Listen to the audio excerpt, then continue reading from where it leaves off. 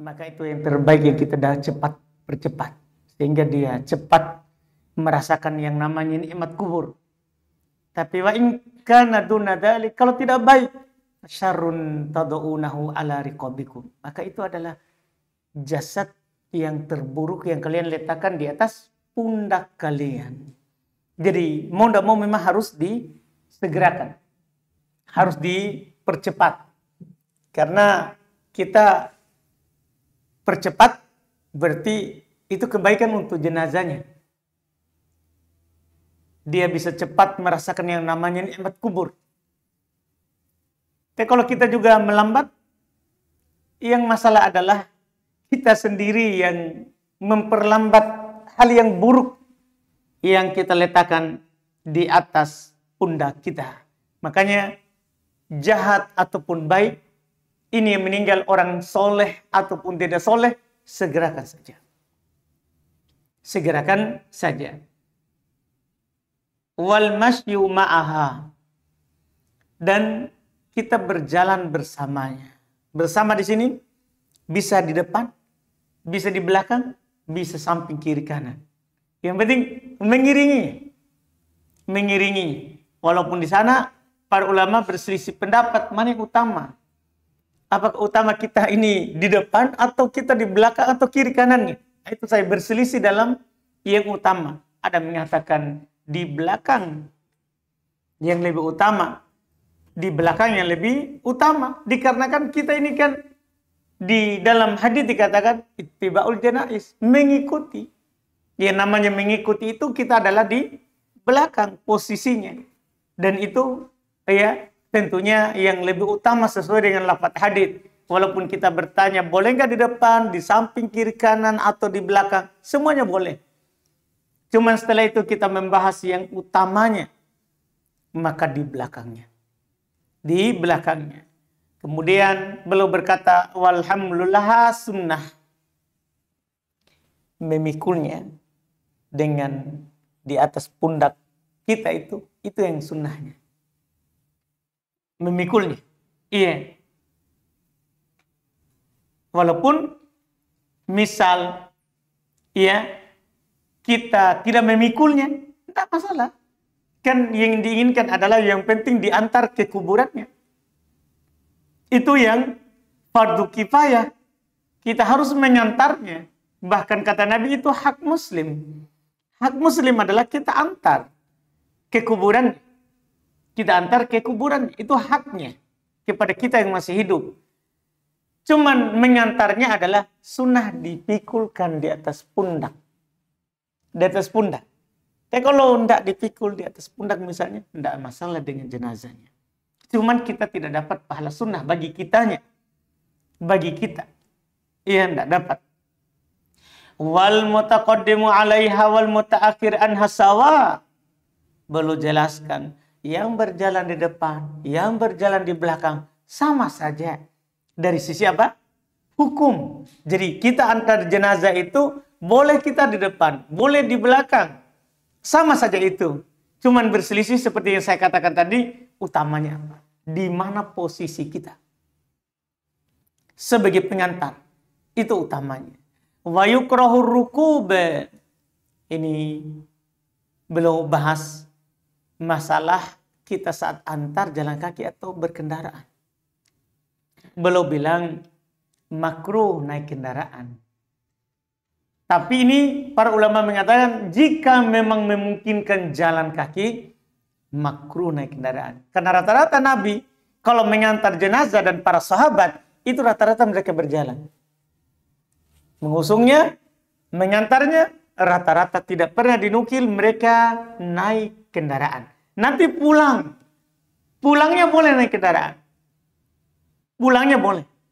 Cuman antarnya makruh naik kendaraan. Cuma para ulama mengatakan jika ini memungkinkan. Apa dalilnya? Dalilnya adalah hadits Nabi Shallallahu Alaihi Wasallam bahwa beliau pernah didatangkan untuk beliau hewan yang untuk dikendarai, untuk dinaiki. Saat beliau mengantarkan jenazah, maka kata Thauban fa'aba ayyarkabaha. Nabi tidak mau menaikinya. Padahal Nabi dibawakan kendaraan untuk belum naiki seantar, belum tidak terima. Ini menunjukkan kata para ulama makruh. Tapi saat kembali, belum dibawakan lagi kendaraan tadi. Saat kembali, belum menerimanya. Dari sinilah, dari hadits inilah, ya, riwayat Imam Abu Daud mengatakan bahwa kalau pergi sunnahnya jalan. Kalau pulang, tidak apa-apa naik kendaraan. Tidak mengapa naik kendaraan. Iya. Dan iya, Nabi menyebutkan alasannya. Kenapa saat pergi beliau tidak terima kendaraan, saat pulang terima. Kata beliau, innal malaikata kanat tamshi. Malaikat berjalan. Ternyata saat kita mengantar jenazah, itu malaikat juga ikut antar. Jadi bukan hanya kita ikut. Dan malaikat itu berjalan. Malaikat berjalan. Falam akun li'arkab wahum yamsun. Saya tidak akan menaiki kendaraan sementara mereka berjalan. Ini alasan Nabi. Artinya beliau tahu perkara gaib. Bahwa saat kita mengantar jenazah, ternyata bukan hanya kita. Ada juga malaikat. Dan mereka juga ikut berjalan dengan orang-orang yang berjalan. Maka Nabi bilang, saya tidak mau naik kendaraan. Falamma dahabu. Tatkala mereka sudah pergi. Jadi malaikat itu hanya antar pergi. Tatkala mereka sudah pergi, rokibtu, saya pun menaikinya. Makanya pulang, belum naik kendaraan. Inilah rahasianya. Kenapa saat pengantaran kita disunahkan jalan kaki. Dan saat pulang kita naik kendaraan.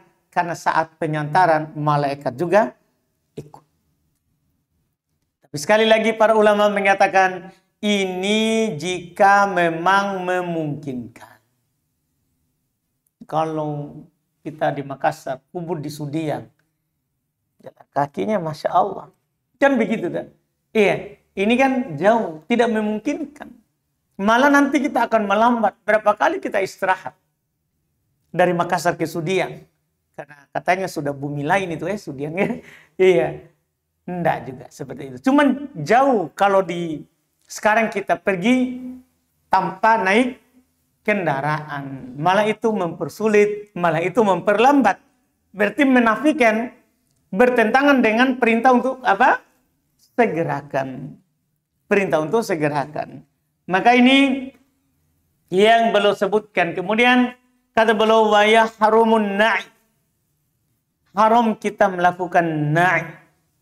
Na'i itu ya mengumumkan kematian yang meninggal. Tapi kata para ulama yang diinginkan, yang diharamkan adalah na'ul jahiliyah. Cara mengumumkan orang jahiliyah dulu. Itu yang dilarang. Gimana itu? Kata para ulama, mereka dulu kalau ada yang meninggal, itu pun harus orang yang mulianya. Orang-orang besar di antara mereka. Maka mereka akan ba'athu rakiban ilal qabail. Dia utus orang-orang di suku-suku, di jalan-jalan untuk meratapinya. Dia nangis. Dia meraung-raung menangis untuk menyebutkan kebaikannya. Menunjukkan bahwa telah meninggal orang terhormat. Iya. Ini yang dilarang. Ini yang diharamkan. Adapun mengumumkan supaya ada orang mensolatinya, ada orang yang menguburkannya, mengikuti jenazahnya, tidak apa. Dibolehkan. Karena ada dua bentuk sebenarnya di sini dalam hadits, ya. Hudzaifah ibnul Yaman dikatakan, fa inni sami'tu Rasulullah sallallahu alaihi wasallam yanha 'anil na'i. Nabi melarang dari mengumumkan jenazah, mengumumkan kematian mayat. Tapi di tempat lain di Bukhari Muslim, waktu Najasyi meninggal, Nabi umumkan di masjid. Jadi ada dua ini. Ada Nabi melarang na'i, ada juga Nabi lakukan na'i. Maka para ulama mengkompromikan. Yang dilarang adalah pengumuman jahiliyah. Disebut-sebut kebaikannya, diratapi. Iya, orang jahiliyah dulu. Pokoknya dia utus orang yang menangis. Pukul-pukul pipinya, robek-robek pakaiannya, dia kasih robek-robek.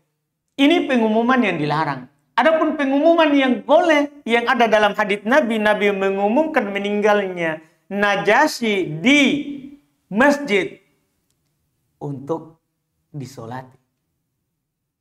Untuk disolati. Nah, ini ada dua pengumuman yang ada di sini. Pengumuman jahiliyah dan pengumuman yang sunnahnya. Pengumuman yang sunnah adalah untuk maslahat syar'i, supaya ada yang mensolati, supaya ada yang datang mengikuti nanti jenazahnya. Itu namanya syar'i. Pengumuman yang diharamkan adalah seperti pengumuman orang jahiliyah dulu. Seperti pengumuman orang jahiliyah dulu. Makanya beliau berkata setelahnya lagi, wan niyahah, diharamkan meratapi mayat. Diharamkan. Iya, kata Nabi sallallahu alaihi wasallam, arba'un fi ummati min amril jahiliyah la yatrukunahun. Ada 4 dalam umatku dari perkara jahiliyah, mereka tidak akan meninggalkannya. Itu sampai sekarang masih ada ini. Kecuali orang diberi petunjuk oleh Allah. Apa itu? Al-fakhru fil ahsab, berbangga-bangga dengan nasab. Ini masih ada sampai sekarang ini. Muslim tapi masih berbangga dengan nasab. Iya. Masih ada kita. Kalau orang atas, Karaeng, Sayyid. Kalau orang Bugis, kalau Andi itu, Andi. Iya. Habib ya. Itu berbangga-bangga dengan nasab. Perkara jahiliyah itu. Itu perkara jahiliyah. Nasab itu untuk saling mengenal. Suku apa kita. Itu maksudnya nasab. Kita suku apa? Itu untuk saling mengenal. Tapi untuk berbangga-bangga, itu perkara jahiliyah. Itu perkara jahiliyah. Itu yang pertama. Yang kedua, watta'an fil ansab, lawannya. Mencela nasab. Biasanya orang berbangga dengan nasab, dicela juga nasab lain. Iya. Cela juga nasab lain. Mencela nasab, perkara jahiliyah juga.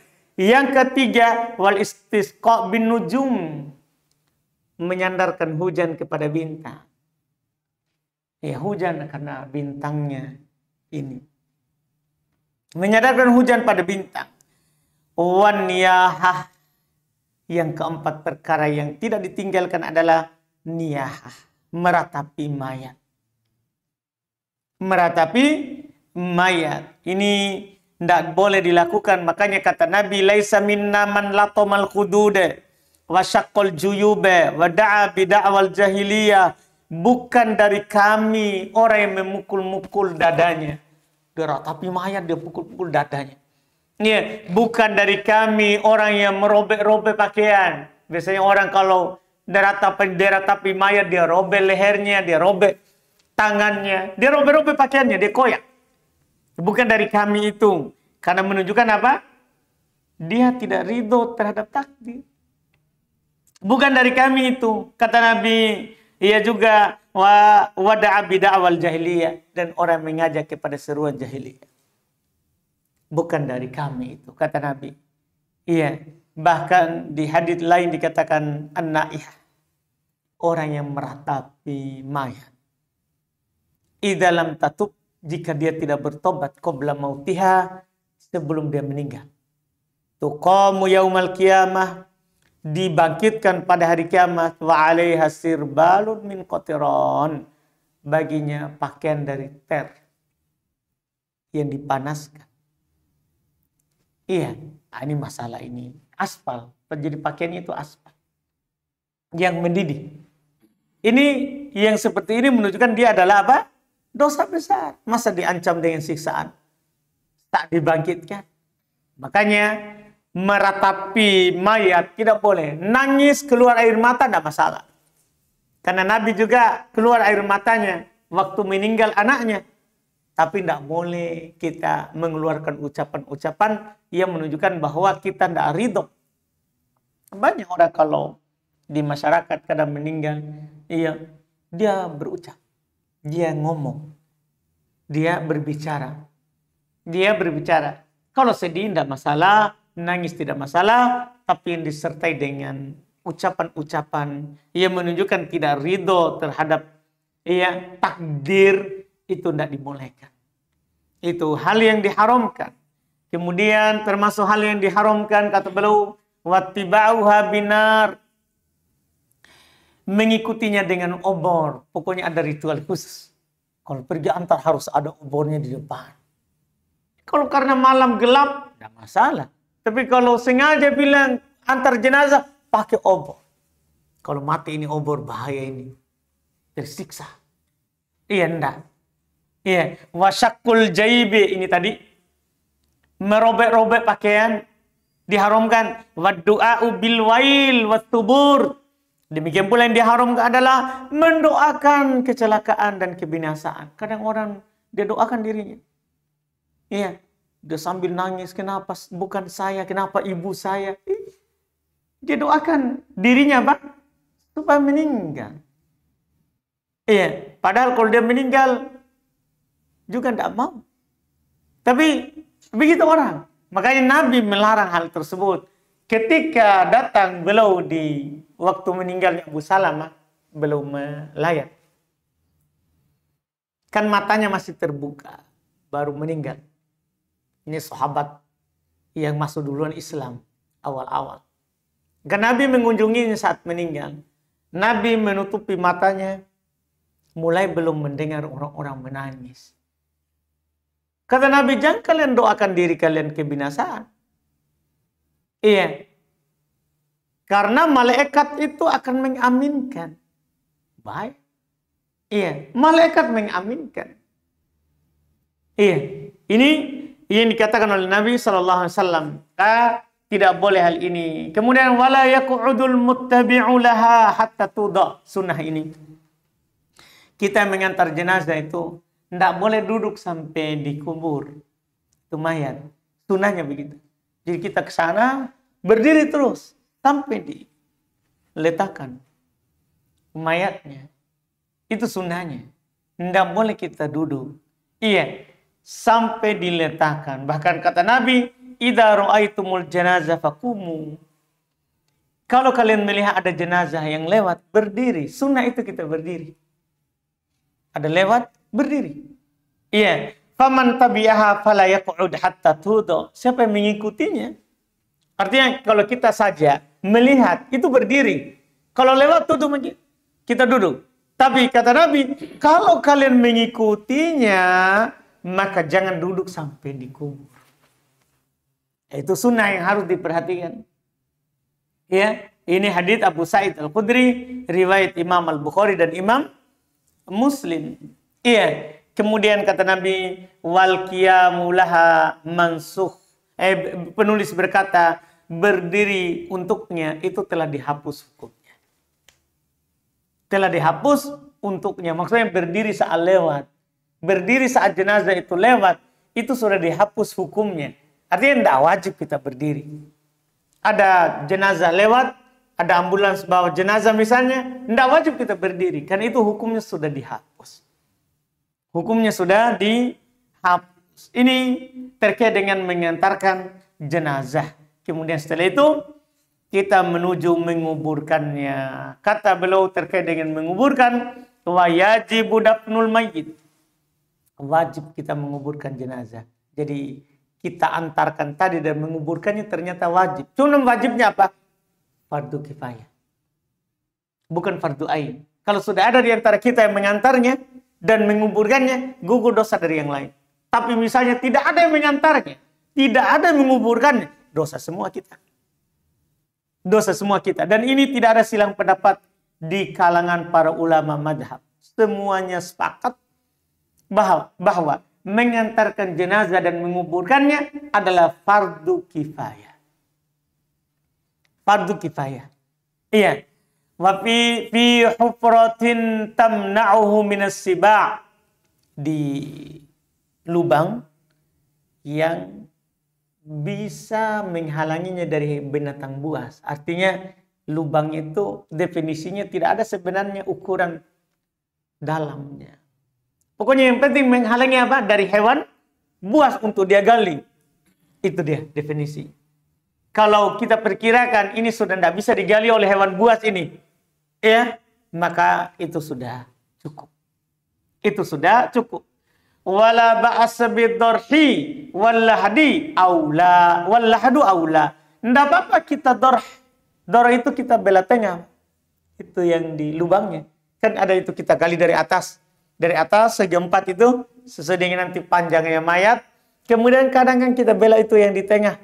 Tidak masalah. Wallahdu aula. Tapi kalau kita yang samping lebih utama. Walaupun para ulama sebenarnya untuk membahas lebih utama ini seperti Imam Nawawi belum rinci. Tergantung keadaan tanah. Tidak bisa kita langsung bilang lahat lebih utama. Maksudnya bela di samping. Kan kita gali dari atas lurus. Kemudian di pinggirnya itu kita samping begini. Ada yang tengah. Mana yang utama? Kalau Imam Asy-Syaukani, Muhammad ibn Ali Asy-Syaukani rahimahullah beliau bilang lahat utama. Karena kuburan Nabi lahat. Kuburan Nabi itu samping. Iya, itu lebih utama. Cuman di Madinah waktu itu ada 2 ahli. Ada 2 ahli bela samping, ada 2 ahli bela tengah. Itu menunjukkan sebenarnya di masa Nabi itu bisa saja. Bisa bela tengah, bisa juga samping. Mana utama? Penulis mengucapkan samping. Walaupun ulama lain tergantung keadaan tanah. Ini seperti Imam Nawawi merinci. Kalau tanahnya mudah longsor, tengah. Karena kalau kita samping setengah mati, baru kita gali longsor lagi. Kan begitu. Karena kita akan mengambil sebelah dari tanah itu. Kalau tanahnya keras, maka lahat lebih utama. Kalau tanahnya lembek, mudah longsor, maka tengah lebih utama. Ini kalau dilihat dari alasan yang disebutkan oleh Imam Nawawi, itu lebih bagus. Itu lebih bagus. Kemudian wayudkhalu al-mayyitu min muakhkharatil qabr. Kemudian mayat itu sunahnya dimasukkan dari arah kaki, Pak. Enggak apa-apa jika kita masukkan di sini di samping. Kan kadang orang langsung samping begini. Samping kiri atau kanan, enggak apa-apa. Cuman sunahnya itu dari kaki, dari arah kakinya. Maksudnya kita dari arah kaki, daulung kepala kan, kita arahkan dari situ. Sunahnya begitu. Ya, tapi siapa yang memasukkannya, misalnya nanti mendatangkan mengangkat mayat dari tempat kita bawa itu dari samping tidak masalah. Tapi kalau dari arah kaki itu yang disunahkan. Itu yang disunahkan. Wa yudau ala jambihil aiman mustaqbilan. Diletakkan di sisi kanan. Ini sudah kita sebutkan waktu mengkafan. Kita letakkan di tidur di sisi kanannya begini. Misalnya nanti kepalanya di sini, berarti kita di sini baringkan. Ke sini. Ke arah kiblat. Sisi kanan menghadap kiblat. Jadi sudah letakkan di lahat nanti atau di yang kuburan belah tengah tadi, kita letakkan baru kita baringkan, serongkan ke kanan. Sisi kanannya itu kita ganjal di belakangnya dengan tanah. Makanya nanti itu kita siapkan memang tanah yang sudah basah supaya bisa mengganjalnya. Kan kalau kita tanah kering kan berarti kan kita langsung begini. Langsung ambil tanah keringnya, tutup semua. Nanti takutnya ini lubangnya. Kan lubangnya di lahat tadi atau tengah tadi itu akan penuh dengan tanah kan begitu. Tapi kalau kita basahi dulu, itu nanti untuk ganjal. Untuk mengganjalnya. Iya. Wa yustahabbu hatbu turabi min kulli hadira thalath hataya. Dianjurkan katanya setiap yang hadir itu memasukkan tanah minimal 3 kali telapak tangan begitu. Ya, kata beliau begitu disunahkan. Setiap yang hadir itu ikut memasukkan tanah. Setiap yang hadir disunahkan katanya untuk memasukkan tanah. Iya, mereka berdalil dengan hadits riwayat Imam Ibnu Majah bahwa Rasulullah SAW mensolati jenazah, kemudian beliau datangi kuburannya dan beliau juga memang ikut memasukkan tanah.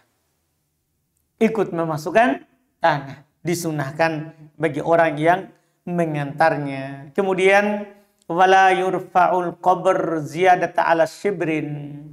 Kuburan itu tidak ditinggikan melebihi 1 jengkal. Iya. Tapi ini melebihi 1 jengkal ini sebenarnya ukuran jengkal itu tidak ada dalil yang menyatakan tidak di ukuran sejengkal. Yang bagusnya adalah kuburan itu boleh dibuat punuk mirip begini atau boleh diratakan, tapi dengan tanah yang tadi digali. Jadi seberapa pun lebihnya segitu tingginya tidak apa-apa. Jadi tanah kan kita masukkan kembali, pasti ada lebihnya nanti. Pasti ada lebihnya kan, karena kita di bawah lubang. Sehingga boleh ini tanah lebihnya kita tinggikan kuburan. Kita tinggikan kuburan. Apakah nanti bentuknya seperti punuk atau lurus? Lurus. Bisa saja sejengkal, bisa saja lebih dari sejengkal. Kan begitu, tergantung itu tanah. Yang kita kembalikan tadi. Iya, yang kita kembalikan tadi. Ini yang belum katakan. Kemudian masalah setelahnya adalah ziarah kuburan. Ini kita ambil nanti. Ya. Setelah itu masalah ziarah. Jadi setelah kita kuburkan tadi, disunahkan untuk meninggikannya. Cuman tingginya belum bilang sejengkal. Yang benarnya di ulama lain, tingginya adalah sekadar lebih tanah. Yang kita kembalikan. Sekadar lebih tanah. Boleh berbentuk punuk dan boleh lurus. Boleh lurus. Iya, wallahualam. Kita ambil lagi nanti. Pembahasan berikutnya, tinggal 1 kali ini kita menutupnya. Ini tinggal 1 kali lagi pertemuan di masalah kitab Al-Janaiz, masalah jenazah. Karena sisa pembahasan ziarah kubur. Yang masuk juga nanti masalah memperindah, mempercantik kuburan, memberikan lampu dan semisalnya, menyemennya, mengkeramik. Dan nanti kita akan bahas demikian pula duduk di atasnya dan yang semisalnya. Ini nanti di pertemuan akan datang. Alhamdulillah. Kita cukupkan dulu, kalau ada pertanyaan silakan.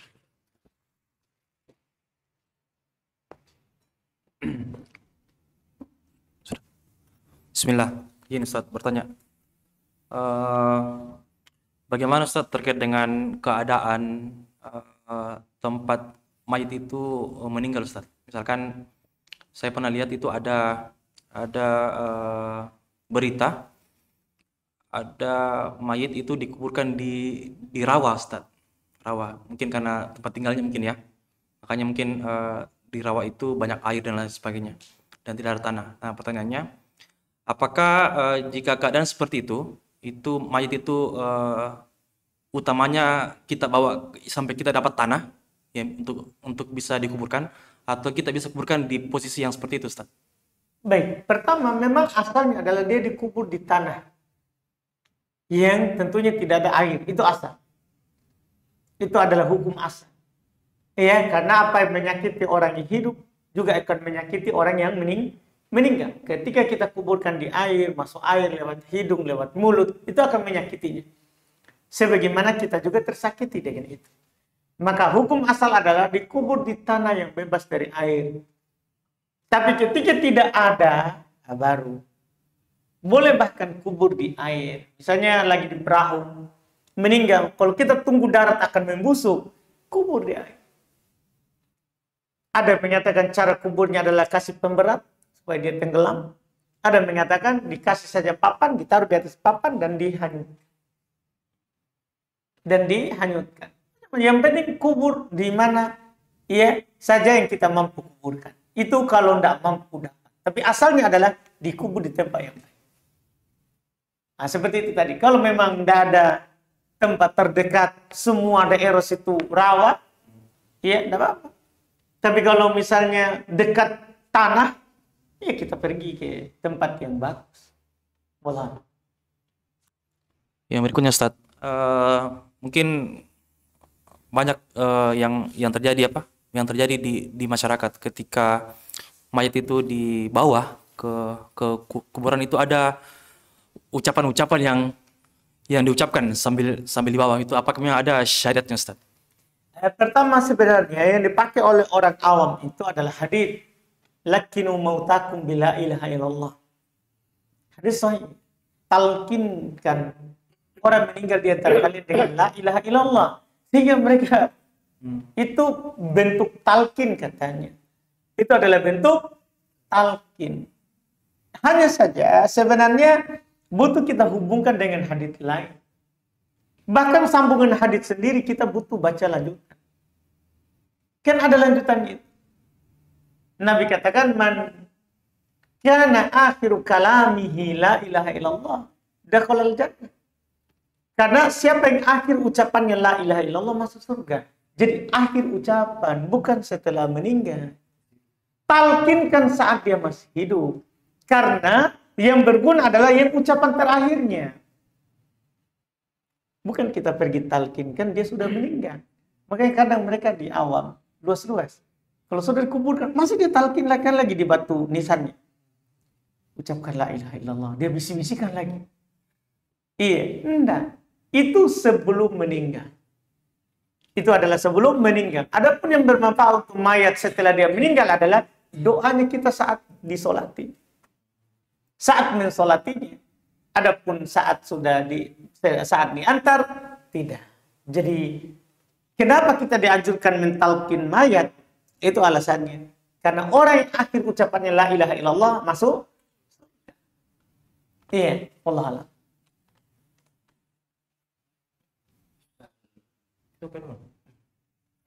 Ustaz, terkait pengantaran mayat, Ustaz. Pada saat memasuki kubur ya, apakah memang ada dalil untuk melepas alas kaki? Baik. Satu. Terus dua, terkait dengan melangkah di kuburan, Ustaz. Apakah dianjurkan menghindari atau tetap bisa melangkahi, kan padat tidak biasa kuburan, Ustaz. Seperti apa proses jalannya kita, jangan sampai kita salah menginjak. Baik. Itu sunnah ketika kita mengantar jenazah dan sampai ke kuburan. Sunnah kita buka sandal. Disunnahkan. Tidak haram pakai sandal, tapi sunnah kita buka sandal. Iya. Kemudian masalah kita di atas kuburan. Kalau ada di antaranya, kita tidak di atasnya. Karena nanti ada larangan. Insya Allah di pertemuan depan. Larangan untuk duduk di atas kuburan. Untuk duduk. Otomatis duduk saja tidak boleh di atas. Apalagi kita jalan di atas kuburan. Iya. Dan nanti kalau memang itu kuburan ada jaraknya, kita di pinggir. Tapi kalau misalnya kuburan kita di dalam sana dan di kuburan tidak dibuat jarak untuk jalan, ini namanya karena butuh. Dibutuhkan untuk ke sana, kita tidak apa-apa. Itu namanya karena dibutuhkan. Karena dibutuhkan, dibolehkan hal tersebut. Karena dibutuhkan itu sama dengan darurat. Kata dibutuhkan itu sama dengan apa? Darurat, seperti itu. Terus ini Ustaz, terkait dengan perempuan yang ikut mengantar jenazah.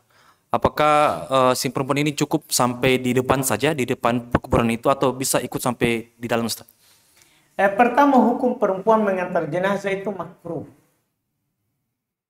Karena dalam hadits Bukhari Muslim kata Nabi dari Ummu Atiyah, nuhina an ittiba'in jenazah. Kami dilarang mengikuti jenazah, walam yu'zam alaina, tapi tidak ditekankan pelarangannya. Maksudnya makruh perempuan ikuti jenazah. Karena perempuan itu gampang terbawa emosi, lemah akal, lemah agama. Dan sampai saat mau dimasukkan dia meratap, mau diambil kembali. Padahal tidak bisa lagi diambil. Iya, makanya dia itu makruh mengikuti jenazah. Pada dasarnya begitu. Dia duduk di rumah lebih bagus. Iya, tidak ikut. Karena hukumnya makruh walaupun tidak diharamkan. Tidak diharamkan baginya. Cuma kalau dia tidak ikut lebih bagus. Tapi kalau dia ikut, maka dibenci hal tersebut. Dibenci hal tersebut. Kemudian apakah dia ikuti sampai dalam? Ini kan umum ke dalam mengikuti. Boleh sampai ke sana, boleh. Tidak tergantung lagi kalau dia ke sana nanti bagaimana. Kalau dia mendekat, apakah dia tidak bisa tahan emosinya atau tidak, itu lagi dipikirkan. Karena perempuan itu tadi, kata Nabi, naqisatu din wa aql. Perempuan itu kurang agama, kurang akal. Kurang agama, kurang akal. Itu perempuan. Iya, wallahualam. Baik Ustaz, syukran. Pertama Ustaz, yang melanjutkan tadi pertanyaannya Aki Solihin. Apakah memang juga sampai terdengar sampai Allah melaknat perempuan yang masuk ke dalam perkuburan itu atau berziarah? Itu pertama, Ustaz. Kedua, setelah finishing pemakaman itu, Ustaz, apakah betul ada dalil dari Rasulullah SAW terkait sebelum meninggalkan makam itu kita berdoa untuk si mayit ini? Baik. Dan bahkan ada doa khusus atau seperti apa, Ustaz? Baik. Untuk yang pertama, memang ada lafaz hadis la'ana Rasulullah SAW zawarat al-kubur. Rasulullah melaknat. La'ana Allah melaknat zawarat al-kubur, perempuan sering menziarah. Dan perempuan boleh ziarah kubur karena Aisyah pernah ikuti Nabi ziarah kubur, Nabi tidak melarangnya. Tapi mempersering ke sana itu dilarang. Bahkan Syekhul Islam Ibnu Taimiyah sampai mengatakan haram perempuan ziarah kubur kalau sering. Kalau sering, sedikit-sedikit ziarah kubur, sedikit-sedikit ziarah kubur. Itu perempuan. Ya, sholat saja lebih bagus di rumah. Apalagi ziarah kubur, kan begitu. Memang ada hadis seperti itu. Sah dari Nabi. Masalah perempuan. Ya, mengikuti jenazah kan sekali-sekali. Boleh walaupun makruh. Tapi ziarah kubur. Bahkan Syekhul Islam mengatakan haram kalau dia sering. Haram kalau dia sering. Kemudian masalah kedua terkait dengan masalah apa tadi? Setelah meratakan tanah itu apakah ada doa? Memang dinukil dari Nabi. Saat tanah sudah diratakan, sudah selesai, Nabi pernah katakan, istaghfiru li akikum was'alu lahu tathbit fa innahu al-an yus'al. Mintakan untuk saudara kalian pengampunan. Dan mintakan untuknya kekokohan. Dia sekarang akan ditanya. Ini bapaknya apa? Bukan kita pergi doa bersama, tapi kita ingatkan orang. Jadi sunnah kalau kita lagi di kuburan, ingatkan orang, doakan pengampunan untuknya, mintakan. Begitu maksudnya sunnahnya begitu. Bukan mengajak ayo kita mendoakan. Enggak. Bentuknya harus kita pahami. Jadi Nabi ingatkan sahabat. Jadi kita bukan bilang enggak boleh mendoakannya. Bukan. Boleh kita mendoakan. Tapi yang bukan mengajak orang untuk doa bersama. Kita katakan, mintakan ampun untuk yang dikuburkan. Sunnah itu bagi kita. Misalnya ada kita kepala keluarga, ada kita punya orang tua, misalnya meninggal keluarga, orang-orang lalai. Hanya sudah kuburan, tidak ada. Mendoakannya. Memintakan ampun untuknya, boleh kita ingatkan. Mintakan ampun untuk saudara kita. Mintakan dia kekokohan untuk menjawab pertanyaan di bawah. Karena dia ditanya, kata Nabi, kan dia sekarang lagi ditanya. Jadi boleh kita anjurkan orang untuk memintakan ampun. Wallah a'lam.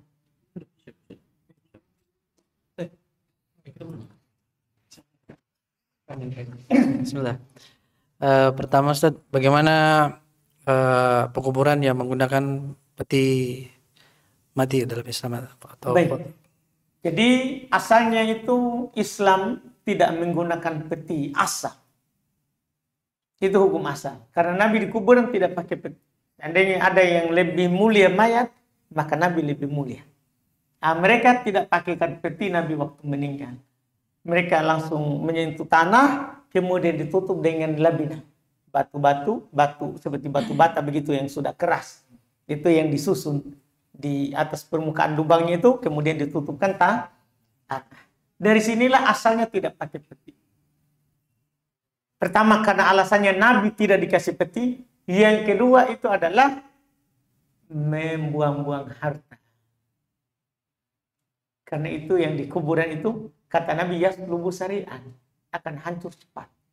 Karena kalau sudah membusuk itu mayat, ya cacing-cacing semuanya akan datang memakannya itu. Jadi hancur dengan cepat. Rusak dengan cepat. Itu alasan kedua. Alasan yang kedua. Makanya Nabi katakan, la tughlu fil kafan. Jangan bermahal-mahal dalam kafan. Jangan bermahal-mahal dalam kafan. Sama saja di kafan orang kaya sama orang miskin. Jangan bermahal-mahal. Dari sini itu hukum asal. Kecuali kata para ulama ketika dibutuhkan.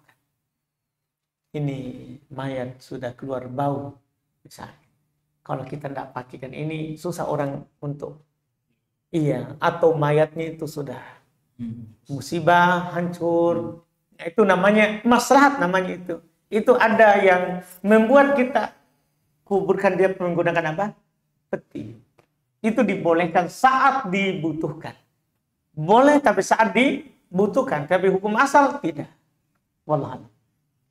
Baik Ustaz. Kemudian yang kedua, ketika suatu proses pemakaman atau kuburan itu ada hal-hal yang di luar syariat, apakah si mayit atau jenazah mendapatkannya? Misalnya contoh yang banyak dominan di masyarakat setelah kuburan, pertama mungkin azan yang dikubur, kemudian kedua biasa kita lihat masyarakat pakai apa, kelapa itu ya, biasa di ini ya, di ini pakai airnya itu tuh. Nah, itu kan ceritanya hal mungkin adat mungkin ya. Tapi kan tidak boleh kita campurkan dengan syariat. Nah, apakah ketika ada hal-hal yang dilakukan pada saat proses pemakaman tersebut ada impact atau si mayat juga mendapatkan dosa dari hal-hal yang di luar tersebut? Baik, ada hadis dari Nabi sebenarnya adalah al-mayyit yu'adzab biniyahati ahli. Mayat itu disiksa karena ratapan keluarganya. Tapi ada ayat juga menyatakan bahwa la taziru waziratun wizra ukhra. Satu jiwa tidak menanggung dosa orang lain. Sehingga dikompromikan antar hadis tadi. Gimana itu komprominya? Katanya ayat mengatakan tidak ada orang menanggung dosa orang lain. Sementara Nabi mengatakan bahwa mayat akan diadab dengan ratapan keluarganya. Gimana ini komprominya? Maka kata para ulama seperti Syekh Al-Albani rahimahullah, belum kompromikan dengan bentuk jika si mayat itu berwasiat, kalau saya nanti meninggal, rayakan hari ketiga, ketujuh, lakukan ini, hal-hal yang di luar syariat, maka dia diadab karena dia wasiat. Iya, karena dia berwasiat. Tapi kalau dia tidak berwasiat, keluarganya lakukan, atau dia malah berwasiat yang bertentangan dengannya. Kalau saya meninggal, tolong jangan diperbesar-besar, tidak usah acara, tidak usah dilakukan ritual-ritual yang menyelisih syariat. Dia sudah berwasiat begitu. Dan Syekh Al-Albani mengingatkan, ini yang harus kita wasiatkan untuk kita sekarang ini. Karena orang-orang banyak di luar, kadang menambah-nambah. Iya, menambah-nambah ritual dalam penguburan. Maka sebenarnya daripada wasiat dengan harta, lebih penting kita berwasiat untuk tidak membuang harta. Itu tidak perlu ada perayaan 3 hari, 7 hari, 40 hari, 100 hari. Orang kan begitu sekarang seperti ulang tahun lagi. Dan ditulis lagi di nisan, wafat. Jadi mau lagi ulang tahun saat wafat. Iya, ya, seharusnya dia berwasiat. Kalau dia berwasiat, jangan lakukan ini dan itu di luar syariat, bagus. Kalau ada keluarga yang melakukannya, mereka sendiri yang dapat dosa, si mayat tidak disiksa dengan apa yang dilakukan oleh orang yang hidup. Wallahualam. Kemudian selanjutnya Ustaz, bagaimana hukum dalam Islam memindahkan memindahkanlah dari lokasi pertama ke lokasi yang lain kuburan? Apakah ada diatur dalam Islam sebagaimana prosesnya atau sedetail apa gitu Ustaz? Baik, ada beberapa hal yang membolehkan kita itu pindahkan kuburan. Pertama misalnya dikubur di pekuburan non-muslim. Jangan orang tidak tahu ini dulu, dia muslim. Ternyata kita setelah itu muslim, kita pindahkan kuburan. Di kuburan muslim. Di kuburan muslim. Yang kedua, di lokasi itu kita mau bangun masjid. Kita mau bangun masjid dan kuburan sedikit di situ, ya, maka kita pindahkan kuburan itu untuk supaya dijadikan apa? Masjid. Karena kita tidak boleh bangun masjid di atas kuburan. Iya. Atau masjid duluan, kemudian dimasukkan ada kuburan dikubur di situ. Maka ini juga dibolehkan untuk memindahkan kuburan dari masjid. Memindahkan kuburan dari masjid, apalagi itu di halaman di depan kiblat, di arah kiblat. Karena kita dilarang untuk sholat ke arah kuburan. Iya, itu hal-hal yang membuat dia boleh dipindahkan, itu namanya kuburan. Atau dia dikubur di rumah. Iya, tidak di pekuburan kaum muslimin. Bukan juga di pekuburan kafir. Bukan. Tapi di rumah. Maka dianjurkan untuk apa? Dipindahkan ke pekuburan kaum muslimin. Ke pekuburan kaum muslimin. Ini disunahkan. Ini hal-hal yang nanti membuat kita pindahkan kuburan itu. Kemudian yang dipindahkan apa? Adalah yang dipindahkan tanahnya itu tadi yang dibawa. Kalau sudah hancur. Kalau belum hancur ya mayatnya.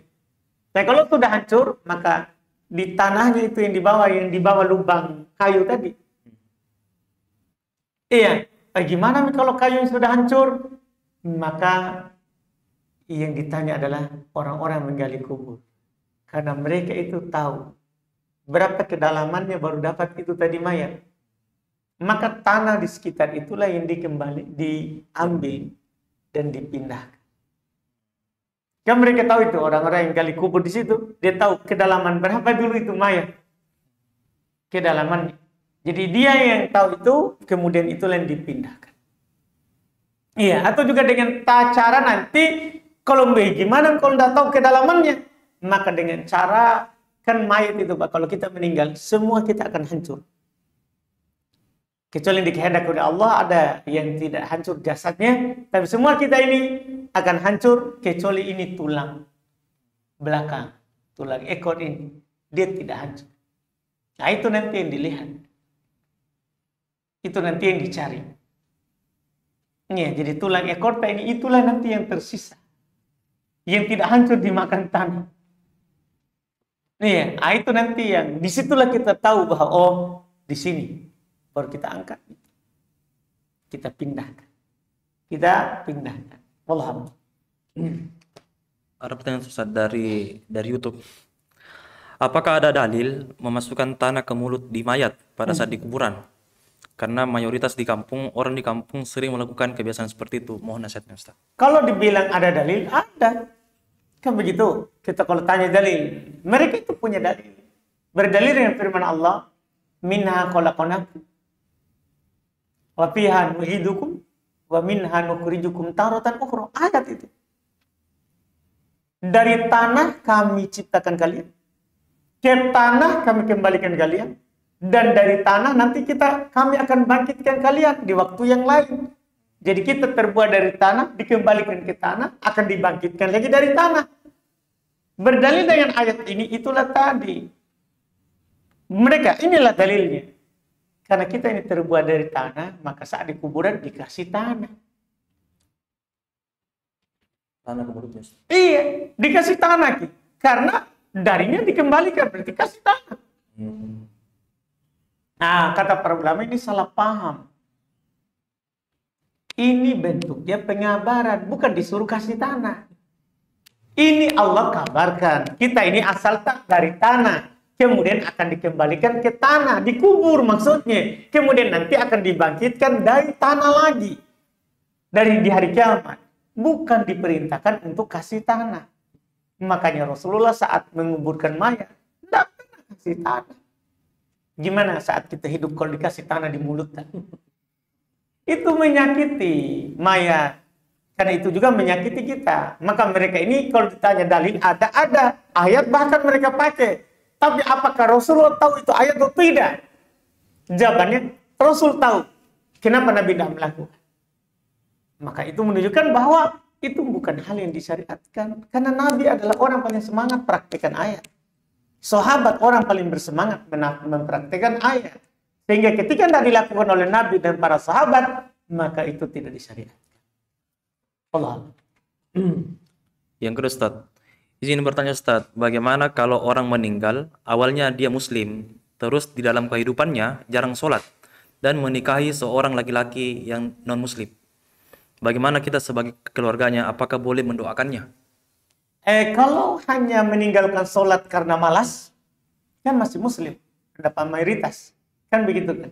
Iya. Kemudian karena menikah dengan orang kafir, orang yang di luar Islam, ya belum tentu dia menjadi kafir juga.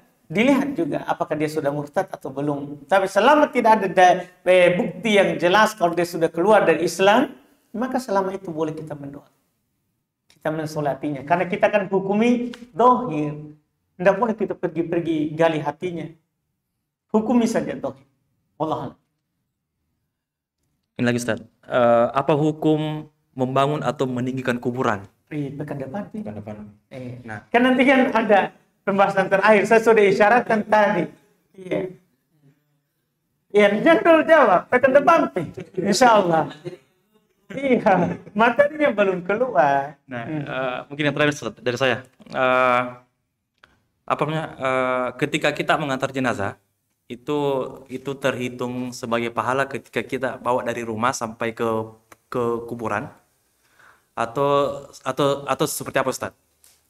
Dari tempat mensolatinya. Oke. Kan dibilang kan siapa mensolati jenazah?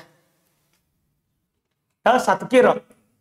Siapa mensolati dan mengikutinya? 2 kilo. Berarti sampai di kuburannya Ustaz, ya? Kuburan. Sampai dikuburkan begitu. Sampai dikuburkan. Nah, terus yang kedua Ustaz, tadi mungkin terhubung dengan yang tadi pertanyaannya Om Dio, bagaimana kalau kuburan itu tidak ada batas-batasnya Ustaz? Misalkan mungkin baku dempet-dempet rapat kuburannya. Sedangkan tadi mungkin kalau yang mengantar yang perlu ini, kalau ada keperluan itu boleh mungkin ya. Nah, pertanyaannya bagaimana jika orang yang hanya mengantar saja Ustaz? Apakah apakah memang bisa masuk sampai di kuburan itu atau cukup sampai di depan saja? Baik, hanya pengiring ya. Kalau pengiring daripada dia melanggar injak kuburan, tidak ada juga kebutuhan untuk sampai ke sana, tidak apa-apa dia lihat saja dari luar. Kan tadi itu kita bolehkan itu yang punya hajat, yang memang dia tidak bisa dikubur ini. Ya, misalnya dia adalah, misalnya para ulama mengatakan bahwa yang menerima jenazah itu mahramnya. Berarti kan tidak apa-apa misalnya kalau tidak ada, itu harus menginjak. Ya, mubah karena darurat.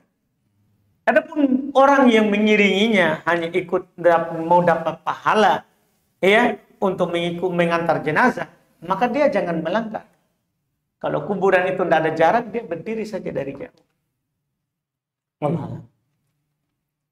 Kita cukupkan. Alhamdulillah. Insya Allah kita lanjut lagi nanti di pertemuan akan datang. Assalamualaikum warahmatullahi wabarakatuh. Waalaikumsalam warahmatullahi wabarakatuh.